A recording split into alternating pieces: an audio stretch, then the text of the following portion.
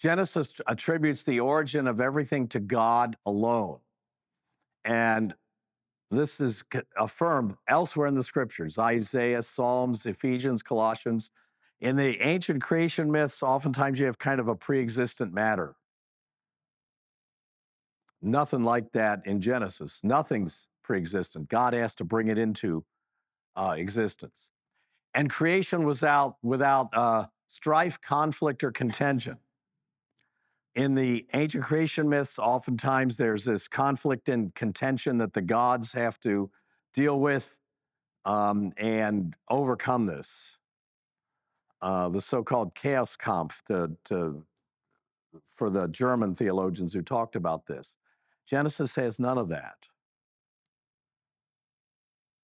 Okay, so, and you can see this throughout Genesis, and you can also look at 1 Timothy 4:4 to talk about that. Now, this is the so-called framework theory that was kind of proposed by a Dutch scholar in the early 20th century, where he saw parallels between the first 3 days and the next 3 days.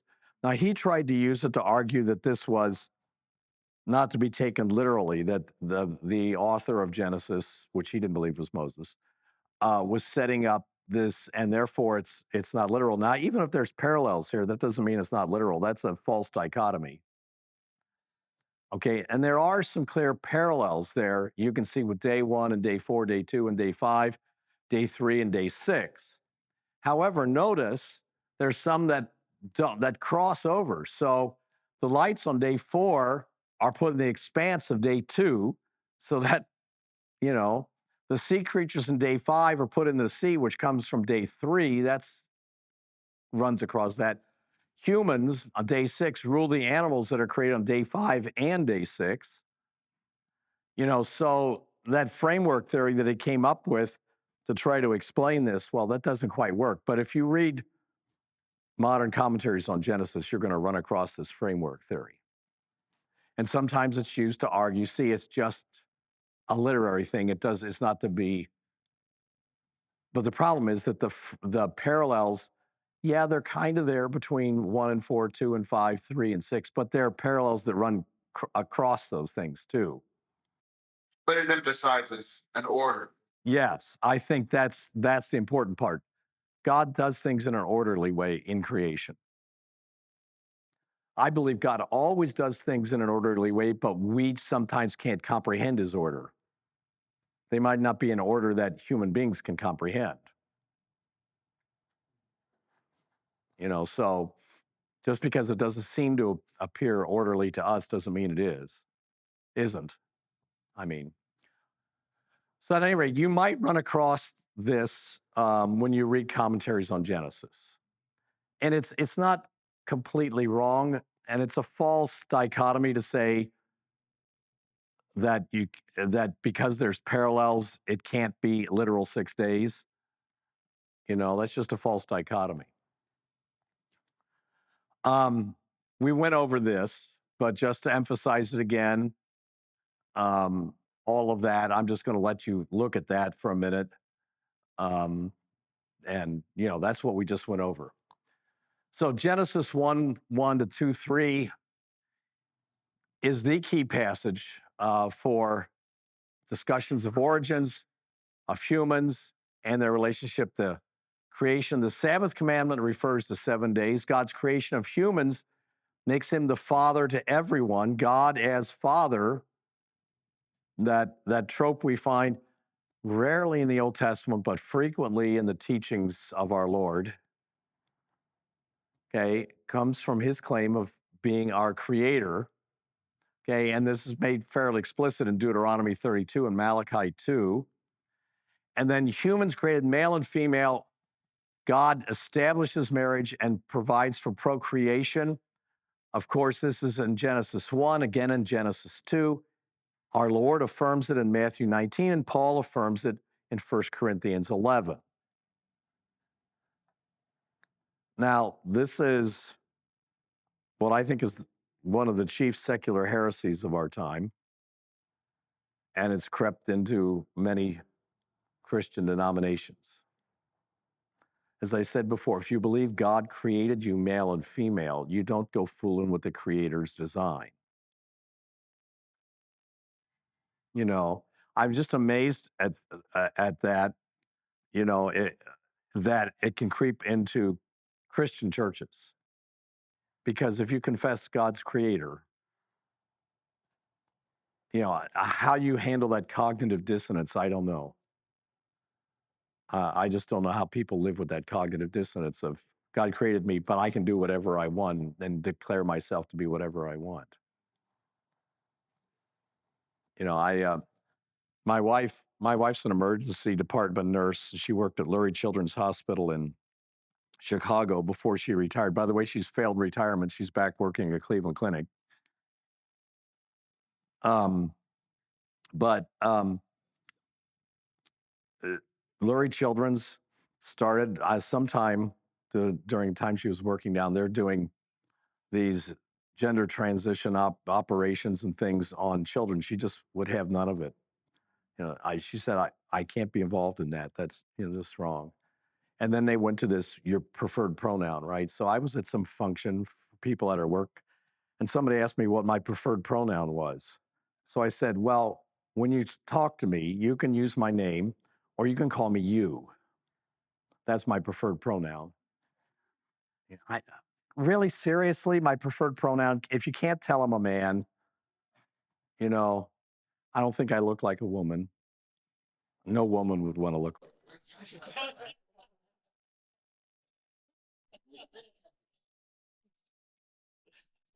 Okay, Genesis 1:1, God is creator of heaven and earth, is emphasized elsewhere in scriptures. Now, the word created is usually only of God's creative activity. The Hebrew verbal root bara is the theological term. It's only used with God as subject. You can't find anywhere in scripture where God is not the subject of that verb. Unlike the English word create, it is the theological word. It's used in Genesis only when God creates something new. He creates the heavens and earth. He creates animate life, having the breath of life. He creates human beings in the image of God. So the heavens and the earth are new, the breath of life is new, the image of God is new. That's when Genesis 1 used create. Otherwise, it used made, the common Hebrew verbal root asa, to do or make. When it uses make, God is working with something he previously created. So that's why there's an alternation between them in Genesis 1. This has long been a scholarly discussion, and I don't know why people just couldn't get it. Bara in Genesis 1 is used for creating something. Now, it's not always used that way in Scripture, but it's used that way in Genesis 1. Okay. Now, bara by itself does not imply creatio ex nihilo, creation out of nothing, but it does in Genesis 1. That's how it's used. There was no image of God until God created it when he created Adam and Eve. There was no breath of life until he created the animals and put it in them. It's one thing we have in common with the animals. We have the breath of life in us. So that is very important in the whole view of creation, that it uses this verb bara, which only has God as subject in the Hebrew Bible.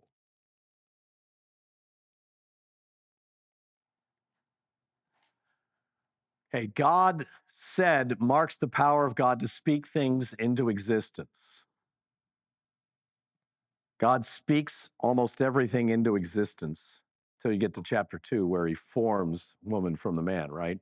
But in chapter 1, he speaks things into existence. In fact, God said, well, Yomer Elohim is used 10 times in the first chapter of Genesis.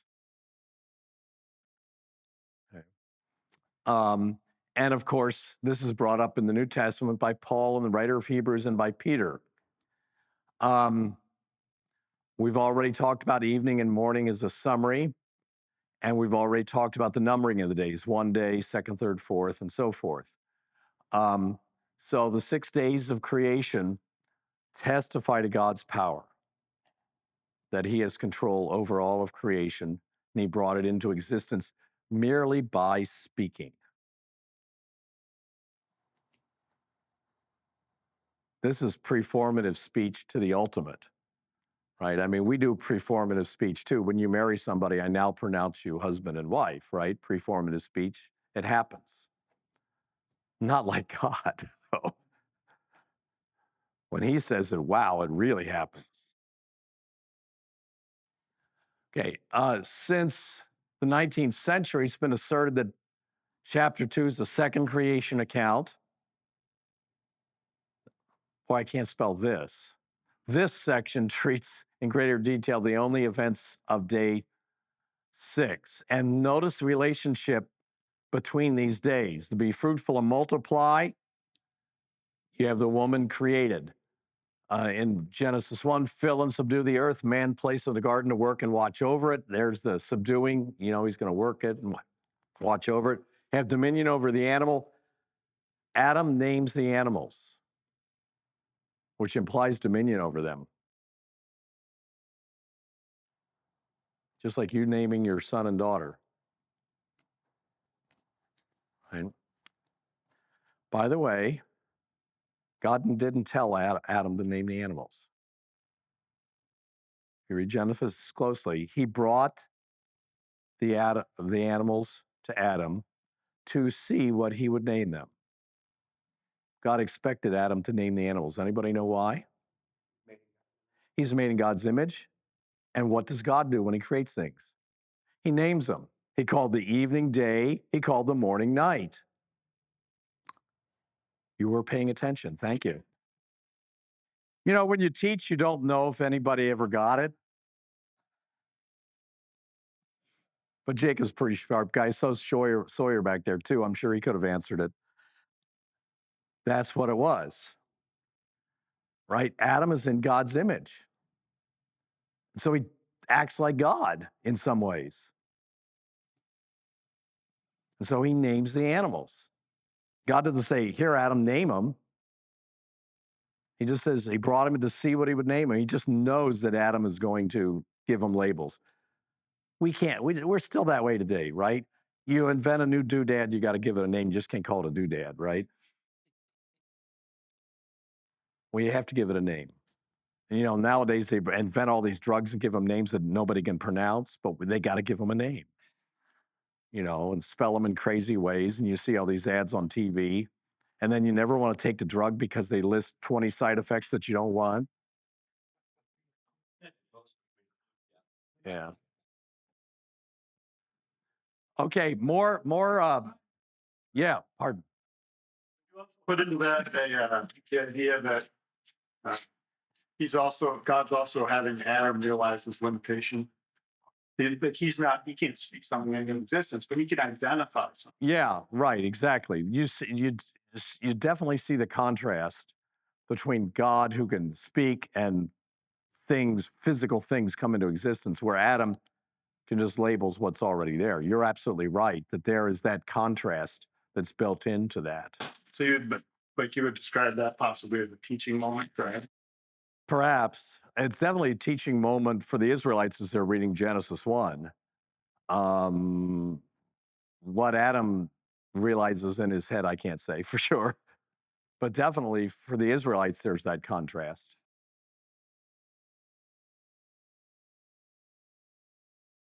Well, there are some things here that are different, which marks this is just the 6th day. You have the creations of everything in Genesis 1, but just humans and animals in Genesis 2. Animals are created before humans, which I believe is a conceptual thing. You want to climax with humans in day 1. It's not chronological, it's conceptual. Where in day 2, The animals are created afterwards. Now, many of your Bible translations, I think, translate that as an English past perfect. God brings the animals that He had created to Adam. It's, I think, it's just He created He creates the animals and brings them to Adam. I think if you read the Hebrew and take it just kind of the way the Hebrew flows, it says he created Adam, then he creates the animals and he has Adam name them. I think that's the actual way to read it. You can disagree with me, we can still be friends. Okay. Um, but here, humans are referred to as male and female. Here, they're referred to as man and woman, different terms. So obviously, this is not a recap of Genesis 1. It's not a second creation account. It's just drilling down on day 6. Okay? And this idea that it's a second creation account, again, is, I think, just ignoring what's actually there in the text. We have this interesting thing about the tree of the knowledge of good and evil. Now, if you look at good and evil paired together in the Old Testament, they're often used to denote the ability to decide and determine what is acceptable or unacceptable, legally correct or legally incorrect. Okay? Solomon prays for the ability to discern good from evil. He's granted wisdom so that he can rule. And what does the king do when he rules?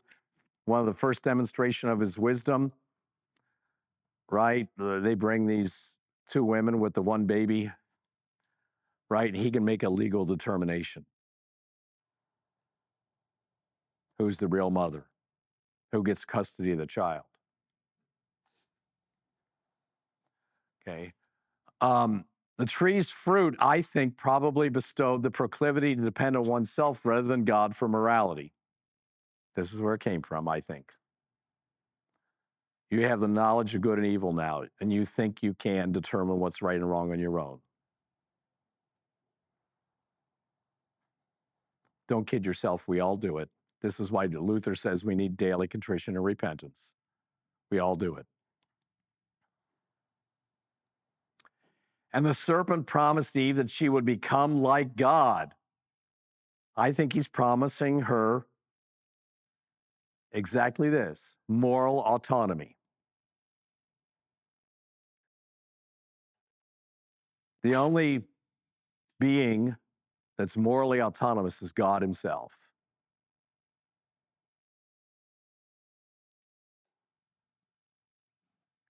But that's what He's promising her. You'll be like God. So I think that knowledge of good and evil is exactly that you think you can determine right and wrong on your own. Sir, I was in a debate with a guy named theologian Peter Leithart. I don't know if I've heard the name, I don't really know. he was trying to say that uh, God was going to eventually allow Adam and Eve to eat from the tree of the knowledge of good and evil. And he used Solomon as an example where Solomon prays for the wisdom of the distinguishing good and evil. And I don't know how to explain to him that nowhere in scripture to say that God was going to permit. Yeah, I think that is, I think that's a leap of logic that it doesn't follow that because Solomon got a knowledge of good and evil surpassing everybody else, this wisdom, that he would have been allowed to eat from this tree. I mean, maybe I can't deny that God might have eventually allowed Adam and Eve to eat from that tree, but I can't affirm it either. I mean, I think it's one of those things I can't say yay or nay. Seems like a huge leap of reason to to make such an argument. Right. You know, and even Solomon knowing good and evil doesn't mean that he doesn't go off and do bad things at the end of his life, right? Sawyer, I think you had your hand next. There is an aspect of like an immaturity of faith that we need here, that they're not allowed to know good and evil. Like when Paul talks about the law, he says, I would not know what it was to covenant unless the law had been given. And then we do this with kids, right? Like we don't allow it is to know about certain things that exist until they come to a certain maturity and a certain age, so that they don't have the temptation of falling into sin. So, yeah, I don't think we can say definitive one way or the other on that Peter Weingart question. If God would have elaborated, but the idea of this being a tree of knowledge, that the reason they're forbidden from eating from it is potentially a reason of maturity. That's a possibility. I think that's a good explanation, but like a lot of things, it's never explicitly stated. Right. Yeah. But oh, it makes me think of what Paul talks about. Yeah. Yeah. So yeah, you were talking about how, God knew Adam would name the animals because he created his image. I think wasn't it in the sermon this morning? It said Adam knew all about the animals. He didn't have to acquire all this knowledge. And so when they eat from the tree of knowledge of good and evil, they got dumb. I mean, basically, they lost that perfect knowledge. I mean, but Yeah. we've been doing it ever since. When we tried to gain wisdom by the world rather than depending upon God. Yeah. It's foolishness. All they knew was good. So the only thing they got was evil. Yeah. And the lie was knowing evil is a good thing. So Yeah. Well, see, and they thought at that point they could determine their own rules. That's the knowledge of good and evil.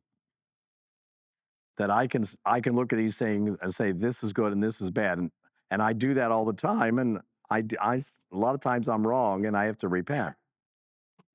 But we see it today. I mean, the people that claim, what are we always criticized for? Well, we don't believe in science. The smart people live without God.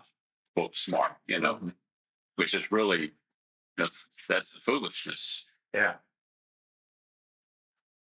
So Mark's better. maybe summarize just a little bit, because obviously, I mean, if I eat of the fruit of some plant, I eat it out.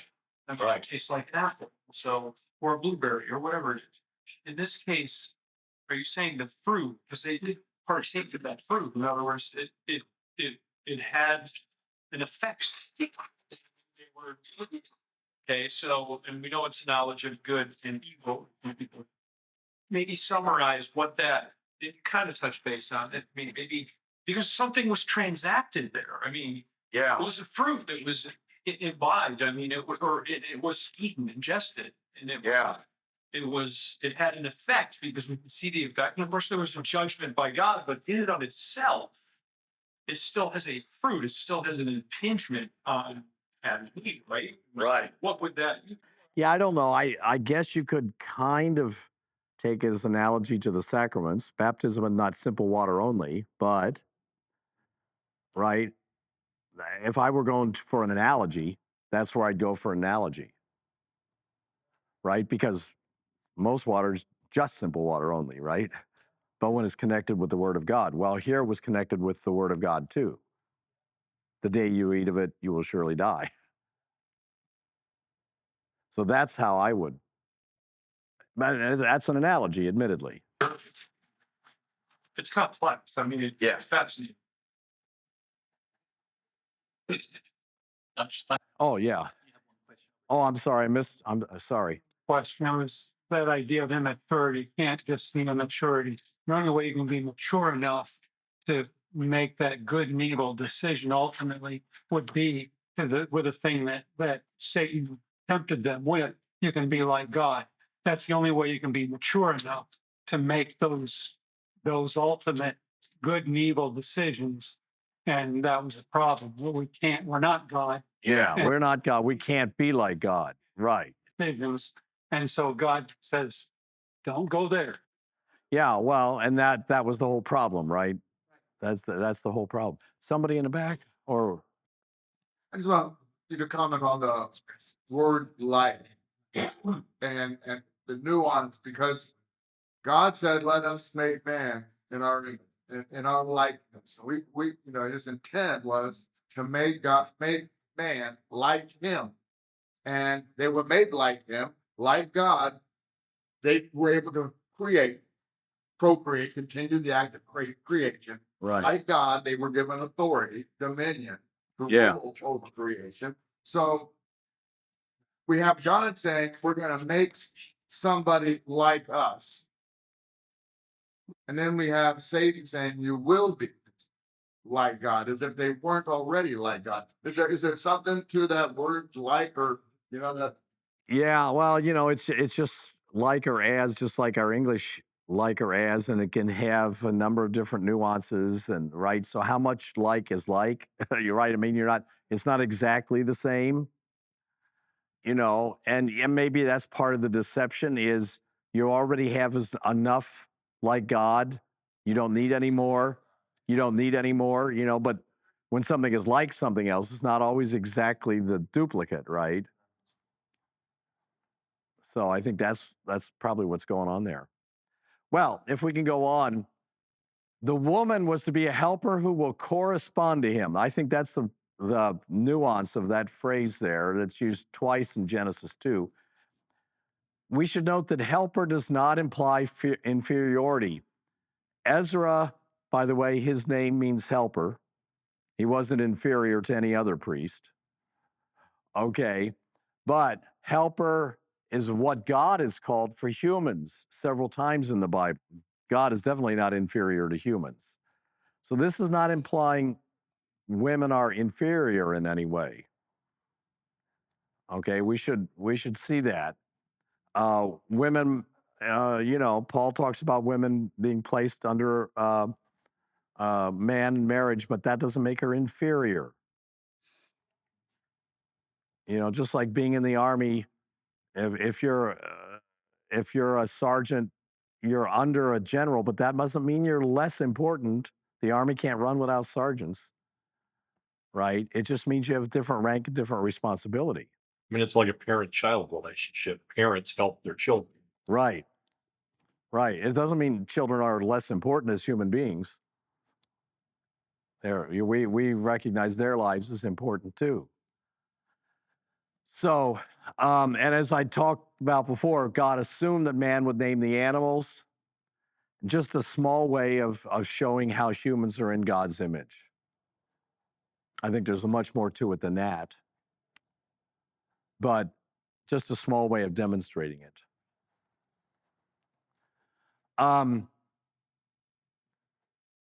Note that man and woman is a play on words both in Hebrew and in English, right? Isha and Ish. She will be called woman, Isha, because she was taken from man, Ish.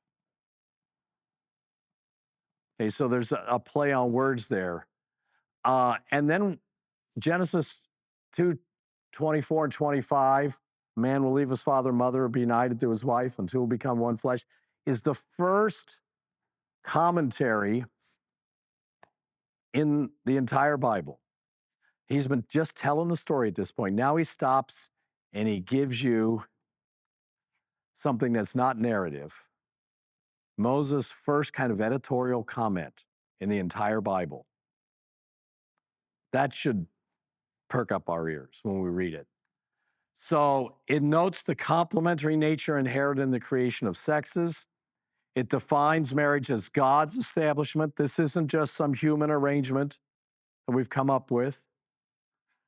Okay, it marks marriage as permanent. The man is united with his wife and they're one flesh. And the unashamed nakedness signals they were comfortable with the roles to which God had assigned them.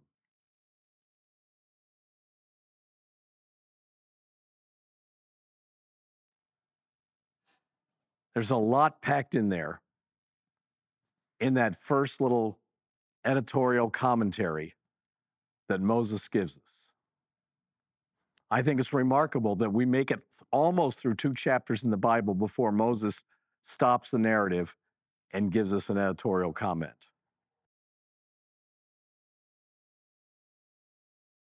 And again, it's so important for our day that people hear this. You compare that, just think about what you're saying there, at the end of the seventh day, where it says God blessed the seventh day, because on it he rested from all the work. Is that you would say that's not a logical conclusion. No, I think it's not a logical conclusion. It's not the same thing as here. It's not the same thing as here. By the way, rested is ceased, not slept in his hammock, right? He ceased his work of creation. The word where we get the word Sabbath too, right? Same root. It means to cease an operation, not to take a nap or watch a football game on Sunday or whatever it is that you do to rest. Is there anything to the idea that the man should leave his father and mother, but it doesn't say anything about the woman leaving her father? Yeah, it's interesting that it's that way. I told my daughter that meant that she should stay in town. Yeah. Well, there you go. That, yeah. That Didn't work. it didn't work. Yeah, but yeah. I think it is saying that the man is responsible for setting up the household. The man, the man has a certain responsibility as man. And you kind of see this in the wedding customs, even in Jesus' day, right? So that the man has to leave his father and mother, go to the wife's house, and that's when the marriage celebration takes place.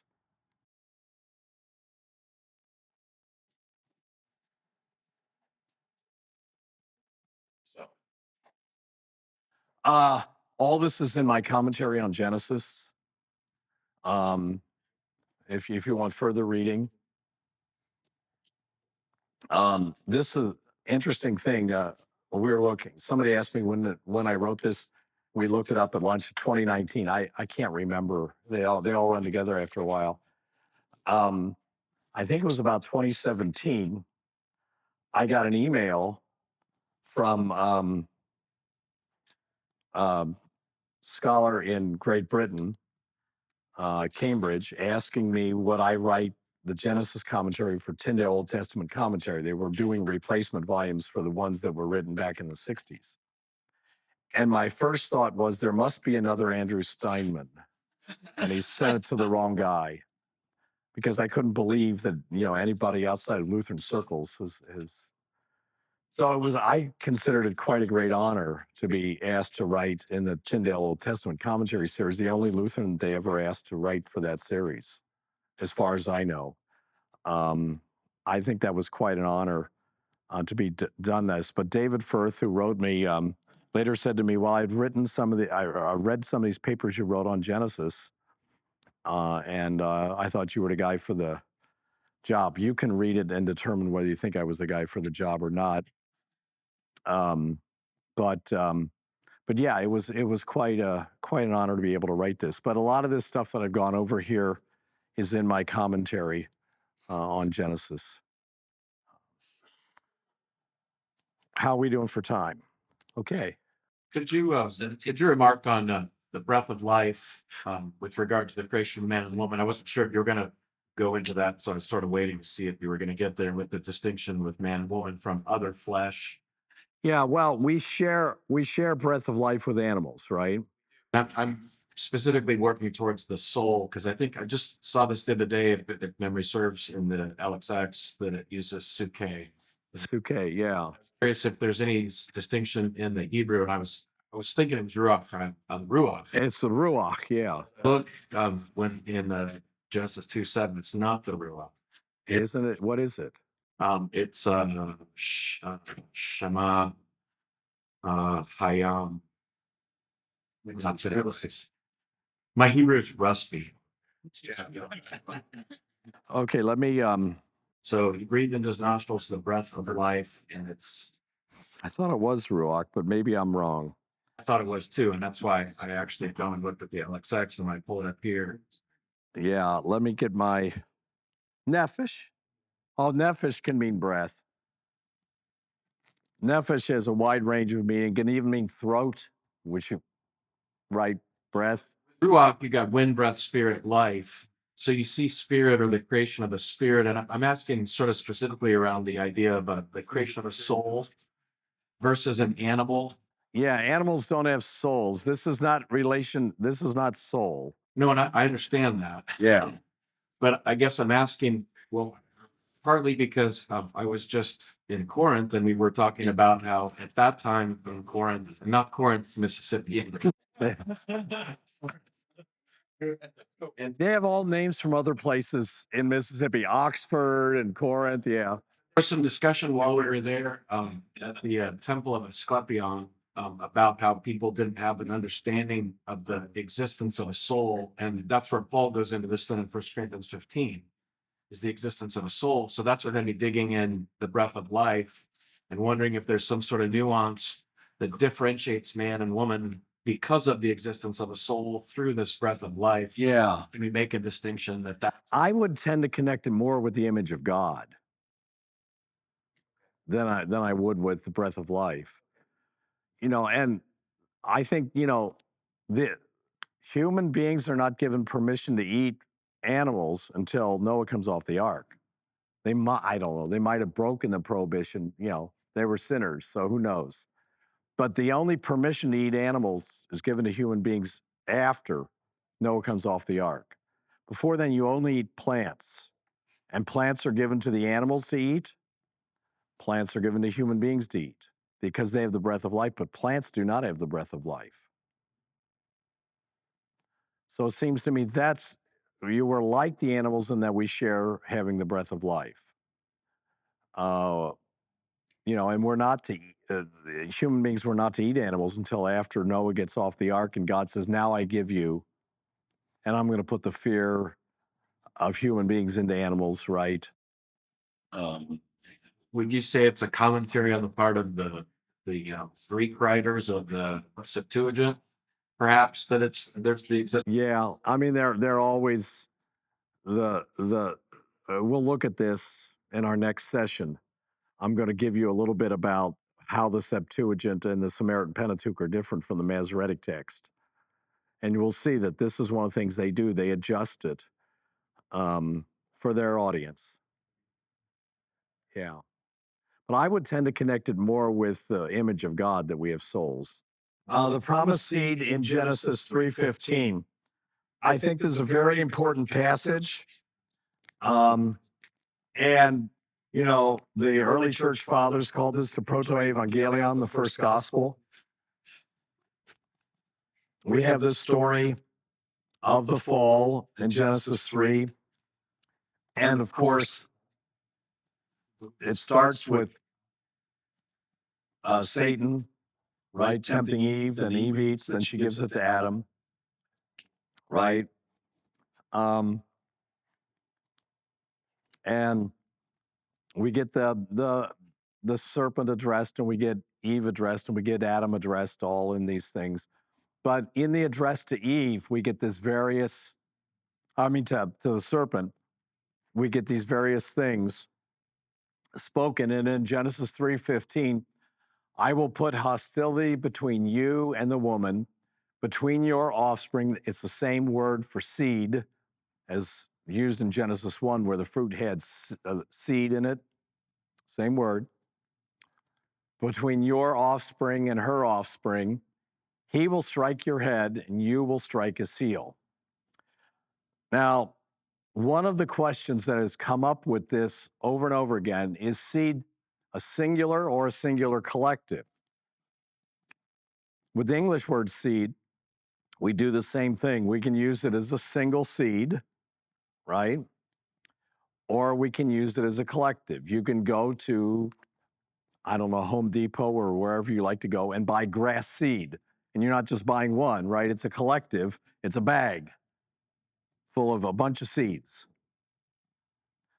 So the question that keeps on coming up here is the singular, is this the prophecy of a particular seed of the woman?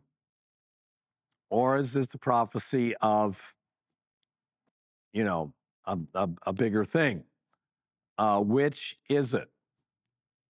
Well, the use of the Hebrew word zera, seed, with a singular verb and a singular modifier, whether it's an adjective or a pronoun, indicates a single seed. This is how you indicate when you're talking about a single seed versus a collective in Hebrew.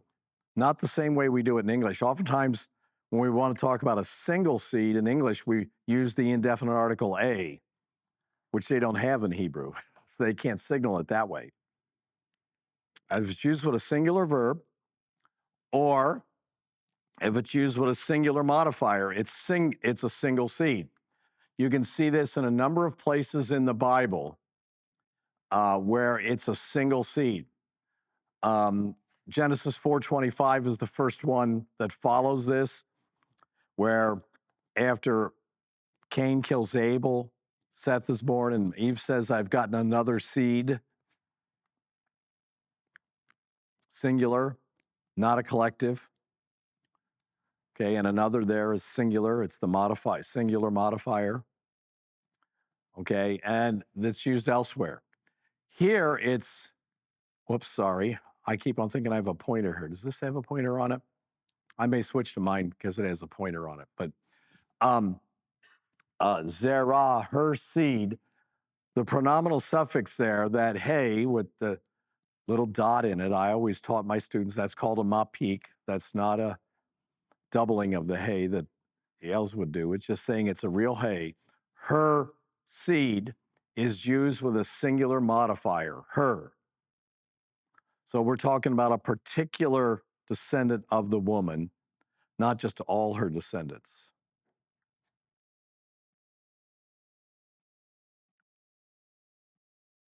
Genesis 3:15 is, as the church fathers argued, a reference to a single descendant of the woman who's going to come and crush the serpent's head.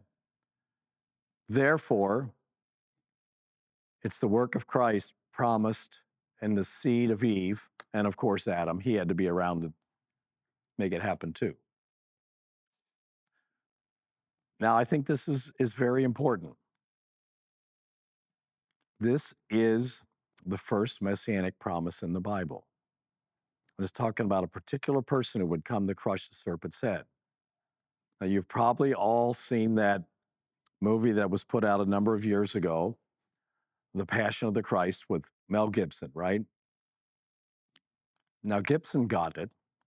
The opening scene, Jesus in the garden, right? And he does something that's not in the Bible, but there's a serpent in the garden. And what's he do? Stomp on its head. A direct reference to Genesis 3:15. Now, no mention of that in the scriptures that Jesus is stomping on serpents when he's in the garden there. But Gibson got it. And that's what's going on there in Genesis 3:15. It's not a collective. There are some scholars, and you read commentaries on Genesis, who will try to take it as a collective. But it's definitely not a collective in that passage. Okay, and so here we have already Eve is given a promise, and she's given this promise through the curse on the serpent. Again, my commentary, if you want more on that. We've read about with that understanding, that verse that when Cain is born, she thinks that's the full. I've begotten a man, the Lord. That's a possible way to translate it. It depends on whether you take eth there as the direct object marker. Yeah, you could take eth there as a direct object marker, or you could take it with, some people read, but with the Lord, meaning with the Lord's help or something like that. I don't know.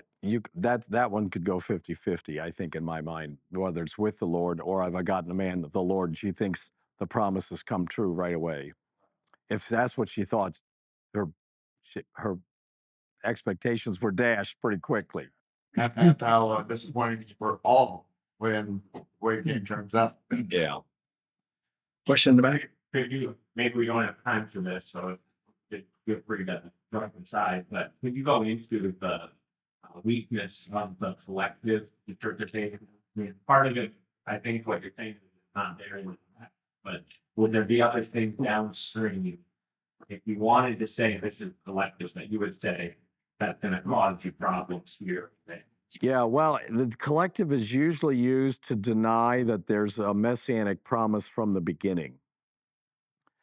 And I think the weakness of this is it tends to then lose the messianic thread that runs throughout Genesis. I think the thing that really unites Genesis is it is the book in the Old Testament where the messianic thread runs through it from beginning to end. Isaiah has a lot, certainly Isaiah is number 2. But you have Eve is given this promise.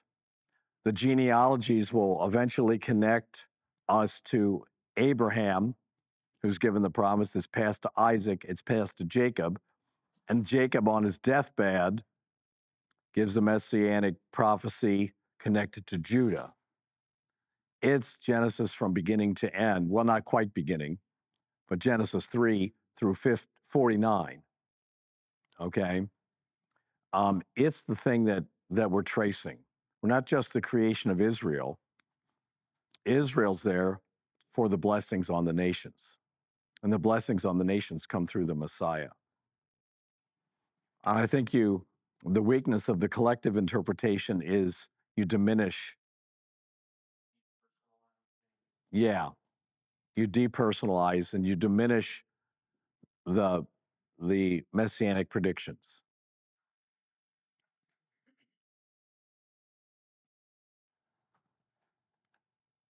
There's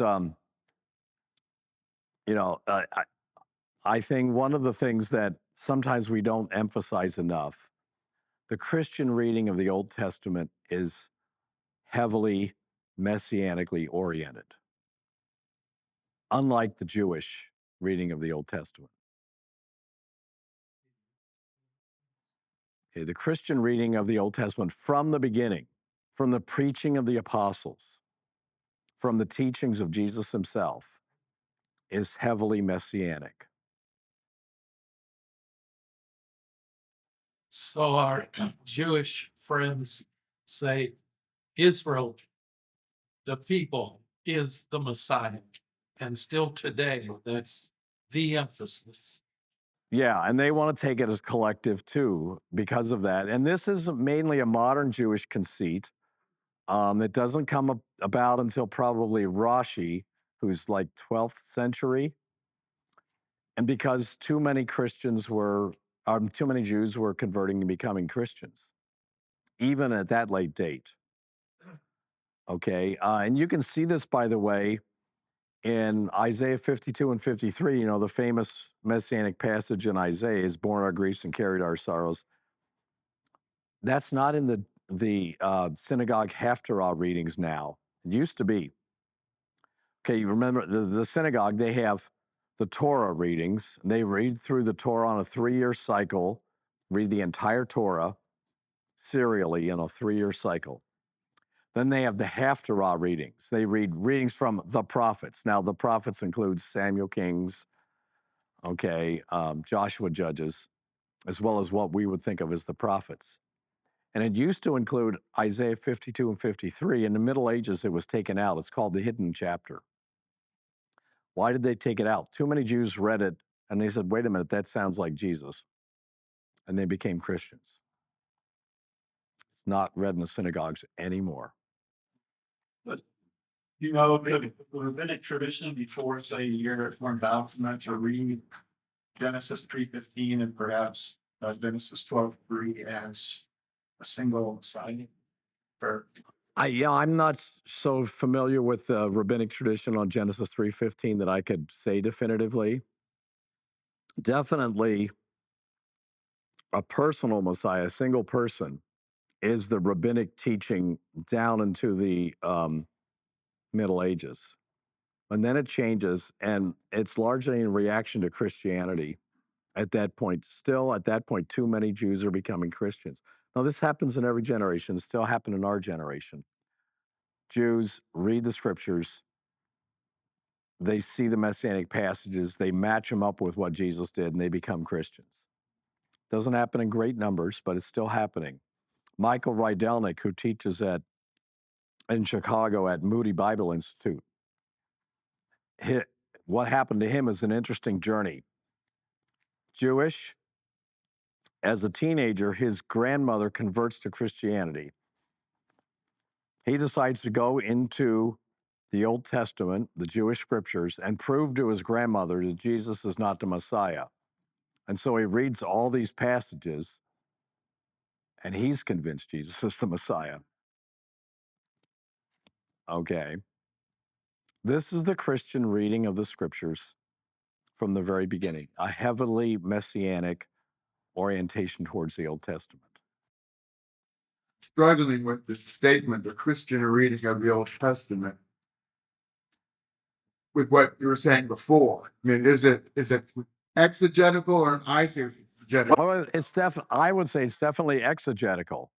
But when you say Christian reading, it's like the Jews read, the people who this is their story in their language, and they read it as collective. And yet, as Christians who know and believe Jesus is the fulfillment of that, we read this as singular because of what we believe about Jesus. That sounds like putting our Christian faith and seeing what we want to see in this verse. But other times you said Jews up to this point, this was the Jewish reading. Yeah. You understand is singular. Historically, you can demonstrate that. It's a singular seat with a single modifier, but this is the way when you say this is the Christian reading of Well, I'm only saying that to distinguish it from the way Jewish. That's the only reason I'm using that terminology. And that's actually very important to us when we're speaking to Jews, because we need to understand that the rabbinical teaching is significantly different than our own, because there is a great deal of logic that is applied through the rabbis to make this read the way it does. Yeah. So Rashi is important here. Okay. Rashi is short by way for Rabbi Shlomo ben Yitzhaki. His name is Solomon, son of Isaac. Rashi is the big mover of this in the High Middle Ages. And he makes a statement at some point in one of his writings. Our fathers, I don't know what passage, I think it's Isaiah 53 he's talking about, but I'm not sure anymore. He makes a statement, our fathers took this to be about the Messiah, but because of the Minim, the Christians, we do not. That's a telling statement. Say again, who is that? Rashi, Rabbi Shlomo ben Yitzhaki. He's better known as Rashi. That's just a acronym for Rashi. I mean, for his real name. So that it might be possible to go back in the old Jewish teachings and actually be able to find stuff you can use. To talk to Jewish people looking at their history and change on how they see the messianic prophecy, specifically the suffering servants. Right. Yeah.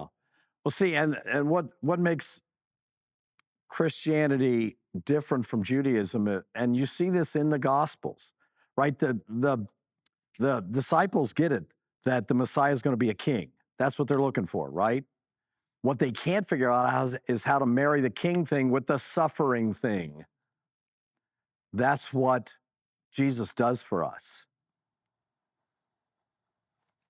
He shows you how those both can be true at the same time.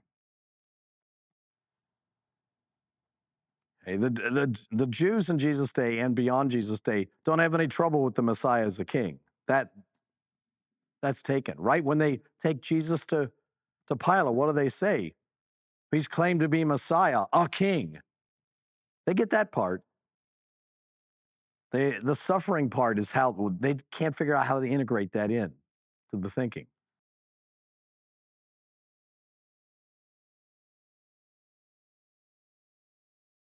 By the way, if not that you need to buy it, but if you do, I get a few shekels. My latest book, co-written with Reed Lessing, The Messianic Message, all about Messianic reading in the Old Testament. Written mainly for a lay audience. Just published last month. And Reed and I put this together because our experience, I can't speak to anybody else's experience, but Reed and I, our shared experiences at two different seminaries where this messianic reading of the Old Testament was brought up here and there and in various places in our seminary education, but was never put together systematically. And we wanted to put something together more systematic about the messianic message of the Old Testament. But we wanted to do it primarily for a lay audience. Because if we did it for a lay audience, it would speak to pastors. If we do it for pastors, it won't necessarily speak to a lay audience. Right? So that's why we did it that way. But if you'll let me plug something, there you go. The messianic message. Okay. Predictions, patterns, and what's the third one we use? Predictions, patterns, and presence of Jesus in the Old Testament. That's the subtitle. All about alliteration. Pardon? Because you're all about alliteration. Yes. Well, it's easy to remember, right? You got to do things to give people a handle. Okay. So, Kindle version is $9.99 on Amazon. well, there you go. There you go. So, yeah, I think this is just very important. The Bible, and especially Genesis. Genesis is heavily messianic. And I think if we don't read Genesis as messianic, we miss the point. It's not just this is where Israel came from, because Israel's not anything, it's not Israel for Israel's sake, it's Israel for the world's sake. Which is, yeah. And Israel brings forth the Messiah. That's where Israel benefits the world.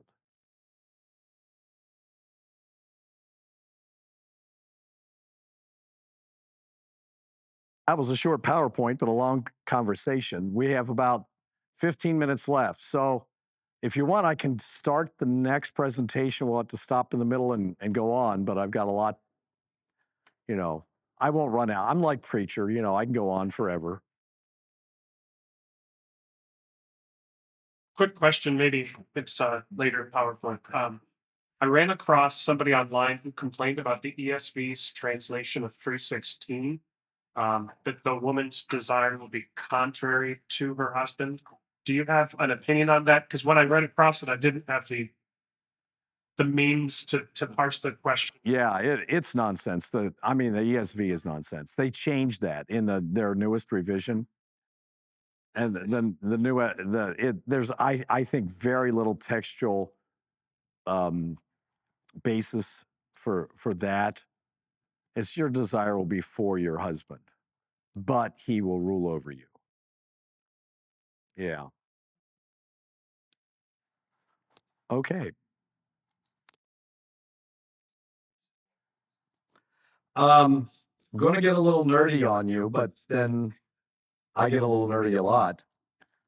I want to talk about the ancient versions of the text of Genesis, something they didn't tell you in seminary. Or some of this they told you, but not all of it. I did a study a few years ago where I compiled every textual variant between the three most important textual traditions in Genesis: the Masoretic text, traditional Hebrew Bible, Samaritan Pentateuch, okay, which is the Samaritan scriptures. They only operate with the Pentateuch, and the Septuagint, to see what they're about. Okay. Now, Masoretic text, just a review for you. It's preserved in the Hebrew text produced by medieval Jewish scribes called Masoretes. Okay, it has roots in a textual tradition that predates the 2nd century BC. We know this from the Dead Sea Scrolls, and probably dates in its standardized form to somewhere in the 4th or 5th century BCs. Text was standardized, and the surviving manuscripts show little variation. If you get all the Masoretic manuscripts that are out there together, you will find small variations, but overall, it's very uniform. Okay. And it supplies the standard Hebrew text in academic Bibles. So when you pick up your Biblia Hebraica, that's what you're getting. You're getting actually a particular Masoretic manuscript. the Leningrad manuscript. The Samaritan Pentateuch. This was the Pentateuch is preserved among the Samaritans. There are still Samaritans to this day. I don't know if you know that. They worship on or near Mount Gerizim in Israel. Small sect, still around. It has roots in a version of the text that dates to the 1st century BC. And again, this is demonstrated by the Dead Sea Scrolls. Okay. It probably dates to the 1st century AD in its current form. And the surviving manuscripts that we have of this date to the 12th century or later. So there's quite a gap in between. And it contains purposeful changes to reflect Samaritan theology. They change it, instead of the mountain you're supposed to worship on being Zion, it's Gerizim. Okay, and other things. So it appears what they've done is they took a particular textual tradition of the Pentateuch that was different than the Masoretic text, and then they modified it further to put in these Samaritan changes. That's what it appears from the Dead Sea Scrolls to suggest. How do the Dead Sea Scrolls suggest that? Because we have scrolls that have significant Samaritan Pentateuch readings without the Samaritan additions. Okay. 1Q Exodus B, I think, is the manuscript or something like that that shows a lot of these. Septuagint, I want to emphasize, this is not often emphasized in our seminary education. It's a family of Greek translations of the Old Testament. You get a Septuagint, you can buy a Septuagint. And it gives you the impression that this is like a modern translation where it's all done by the same person or group of people, right? No. Probably the Pentateuch, it appears to be fairly uniform in its translation technique. Probably the Pentateuch was probably done by the same person or group of people. But the other books of the Old Testament probably translated different times and in different places. There are 2 versions of Daniel, the Old Greek and the Theodotian version.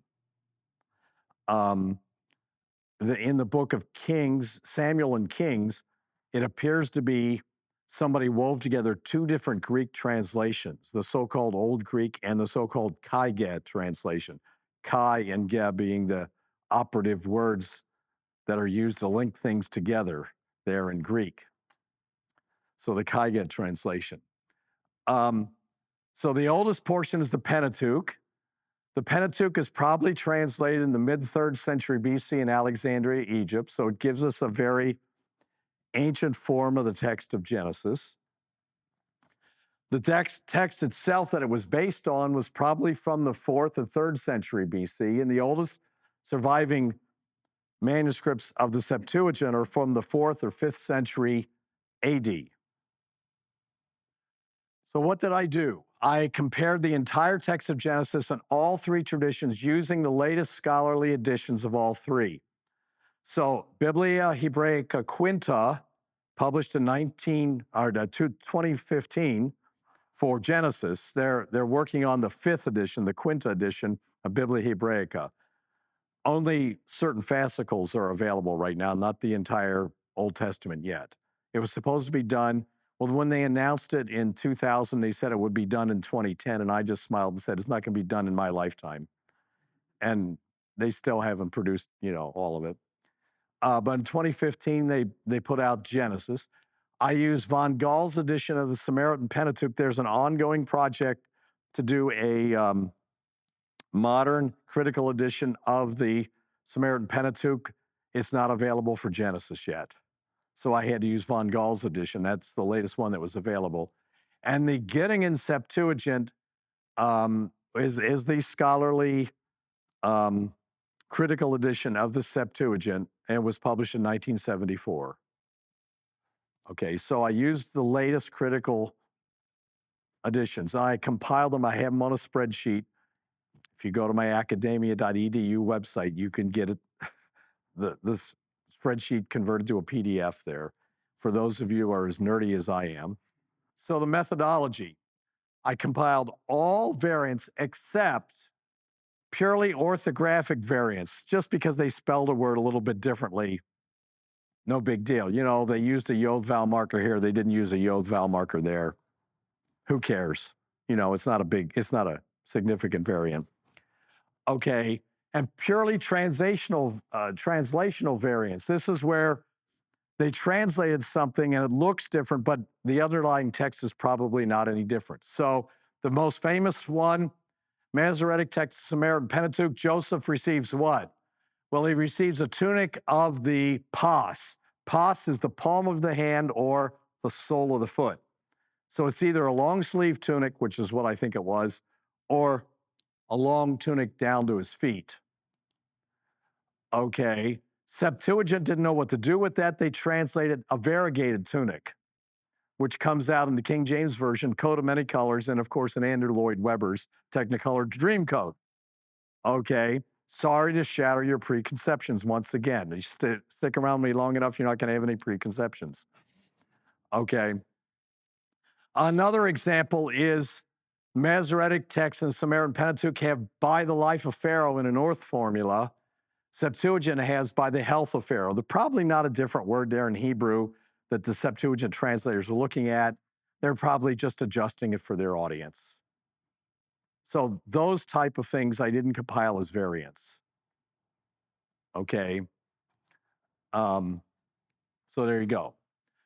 I've analyzed all the variants as to whether they were secondary readings. A secondary reading is one that's probably a change from the original text. Okay, and this is what I came up with. The Masoretic text has the least number of secondary readings, 58.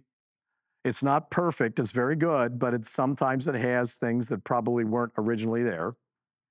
Samaritan Pentateuch, 272, and the Septuagint, 467. Here just shows you the number of variants per chapter.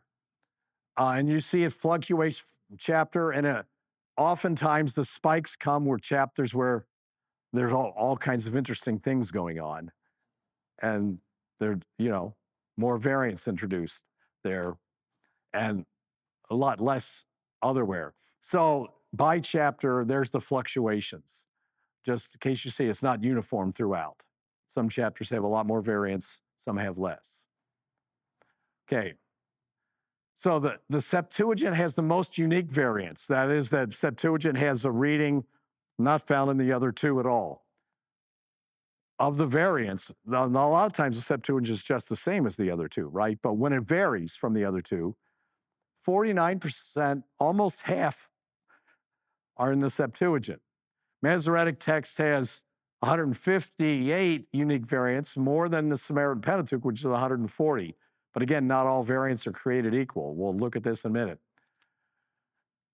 In 15%, almost 16% of the cases, there's no agreement among all three. All three read something different. That may just be one word different, sometimes just one phrase different, something like that. Where the Septuagint departs from Masoretic text or the Samaritan Pentateuch, it's due probably to its underlying Hebrew text, not due to translation issues. How do we know this? From the Dead Sea Scrolls is one thing. We have Dead Sea Scrolls that the Hebrew text looks like the Septuagint text much more than anything else. And from places where the Samaritan Pentateuch agrees with the Septuagint against the Masoretic text. So most of these differences were probably not due to the translators, except for those translational variants I talked about. They're due to a different Hebrew tradition they were reading. So here you go with an aggregate thing. Relationships among the three. Unique readings, unique secondary readings in the Masoretic text, just 52. Samaritan Pentateuch, more, 172. Septuagint, even more, 369. Secondary readings by, shared by two traditions, where the other tradition probably has the correct reading. Only 4 for the Masoretic text and the Samaritan Pentateuch, only 2 for the Masoretic text and the Septuagint. But the Samaritan Pentateuch and the Septuagint share 96 secondary readings. Now, this is important. it says there's a closer relationship between Samaritan Pentateuch and Septuagint text than there is between Masoretic text and either of the other two. The way you can find affinities between textual traditions is their agreement in secondary readings. Of course, they're going to agree most of the time in primary readings, original text, because that's where it all came from. You only can see affinities through secondary readings. Now, I know this is all nerdy, but I'm actually going to get to something that's practical if you stay with me long enough. Okay. So I apologize that I'm having trouble following. What, can you repeat what's the difference between a primary reading and a secondary reading? Primary reading is what's likely the author originally wrote. A secondary reading, yeah. Sometimes it's real easy because all three read the same. And a secondary reading is going to be something that's been A change that was somehow introduced into the text. Most of these are real easy to figure out. You know, you get this in the New Testament all the time too. You know, you get things that you look at and you go, oh, well, that's clearly a mistake, a copyist error, you know. This happens, right? The original text was inspired, the copyists were not. I mean, that's just the truth of the matter. yeah, one back. Pardon? Oh, I was gonna ask, could you go into a little more detail on what qualifications, there are for secondary reading? yeah. The more obvious ones, like, Well, just the text criticism, there's all these theories about the harder reading of the one. yeah, you learn all of that in text criticism. Well, you know, there's things like confusion of similarly shaped letters. The classic one in Hebrew is Dalet and Resh. They're always being interchanged. Okay, I skip. So somebody's copying things over. In this line, there's a word, the same word is in the next line, and they skip a line. As they look up, they look back down, they skip a line. That's called parablepsis, I skip. Those are some kind of classic things that you can discover. And, you know, when you go to seminary and you read all these things about textual criticism and they give you all these rules, that's great. But there's one golden rule for textual criticism that all the other rules derive from. The text that can explain the rise of all the variants is likely the original one. If you can use this one to explain how that one happened and how this one happened and how that one happened, then the one that explains how all of them happened is probably the original one. And all these other rules, the harder text, the shorter text or whatever, all those rules have places where they're contradicted. But this rule does not have a place where it's contradicted. That's kind of my question, because sometimes some of those rules seem rather arbitrary. Right. Yeah. The golden rule is it's just what I said. The text that can explain where all the other ones came from, that's likely the original. You know, I took textual criticism, something in a course at seminary too, and we got all these rules, and I never could figure it out. And it wasn't until I got to graduate school and my Dr. Fader, Peter Machinist, God bless him, said, no, those all boil down to this one rule. And I went out and checked it out, and I said, by golly, he's right. That's exactly what it is. Now, Peter, unfortunately not a Christian, a Jew. I've talked to him many times, but a brilliant man nevertheless. Okay. I was the only person to write a dissertation under him when he taught at the University of Michigan. Then he left and went to Harvard. So I didn't get to go to Harvard, but I got a Harvard professor. So at any rate, that's where we are. And we're probably at break time. Yeah, we're at break time. Yeah. If I could go back to the earlier stuff we were talking about, very good Jewish friend tells me the reason Jews did not go to Jesus because he did not meet their concept of salvation. Tikkun olam. You're supposed to rectify the world, make it a better place. But what you're saying earlier is they didn't have that concept of salvation until the Middle Ages. They had the concept of the Messiah being a single person until the Middle Ages.